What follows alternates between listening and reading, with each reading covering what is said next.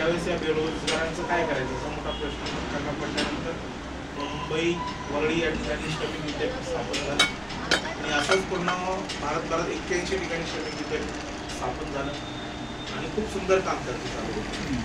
Handicraft related courses असतील, चिठ्ठी बनवून असेल, चपला बुटं बनवणे असेल किंवा टेलरिंग कापड गिरणी यांच्या रिलेटेड काही कोर्सेस होते.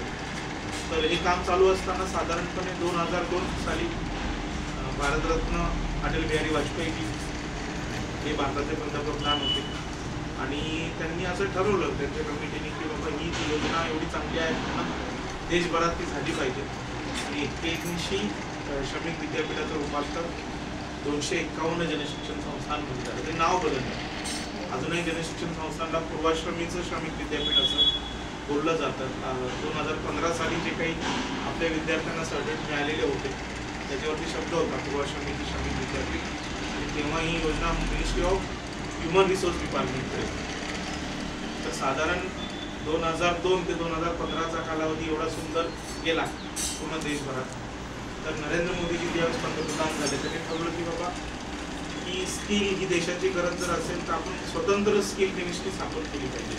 आणि नरेंद्र मोदीजींच्या काळामध्ये कौशल्य विकास मंत्रालय स्थापन झालं 2015मध्ये. आणि जे ट्रेनिंग देतात म्हणजे पॉलिटेक्निकल कॉलेज असेल, ITI असेल किंवा जे काही ट्रेनिंग देणारे डिपार्टमेंट आहे त्यांना सगळ्यांना त्यांनी एका बॅनरखाली आणले स्किल इंडिया.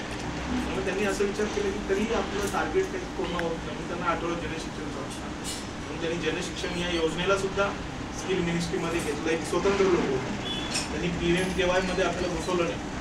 त्यांनी स्वतंत्र योजना स्वतंत्र लोगो म्हणून आपल्याला स्वीकारलं. स्किल मिनिस्ट्रीमध्ये जनशिक्षणचं स्वतंत्र असतं. जनशिक्षणची एक गाईडलाईन एक वाक्य बदलायचं असलं तरी पार्लमेंटमध्ये लोकसभेत ठराव घ्यावा लागतो. तो ठराव घेतल्यानंतर मग आपल्या घटनेमध्ये चेंजेस होतात. त्याचं बजेट ठरवायचं असेल, त्याचं स्ट्रक्चर ठरवायचं असेल तर पार्लमेंटमध्ये ठराव घेतला जातो. पार्लमेंट कमिटीचं ठराव असतो. तर आपल्या नशिबाने आपले जे जनशिक्षणचे पालक संस्थेचे अध्यक्ष डॉक्टर किरीट सोमय्या हे पार्लमेंटरी कमिटीचे चेअरमन होते आणि डॉक्टर मेधा सोमय्या मॅडम या गाईडलाईन कमिटीच्या चेअरमन होते.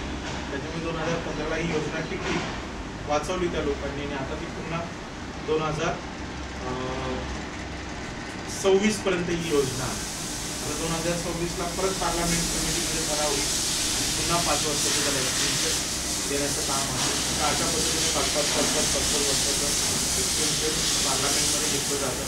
याचाच अर्थ जे काही 551 लोक लोकसभेत बसतात त्यांना माहिती आहे जनशिक्षण संस्था काय आणि म्हणजेच तुमचं सर्टिफिकेट बघितल्यानंतर आमदार खात्याने आणि त्यांना माहिती पाहिजे. तर काही लोकांना माहिती नसतं त्यांना माहिती हवं की तुम्ही जनशिक्षण खात्या मोठ्या योजनेमधून काय घेतलं, ट्रेनिंग घेतलं, वर्कशॉप घेतलं, सर्टिफिकेट घेतलं, कार्यशाळेत सहभाग घेतला. एवढी मोठी योजना पण आधी काय झालंय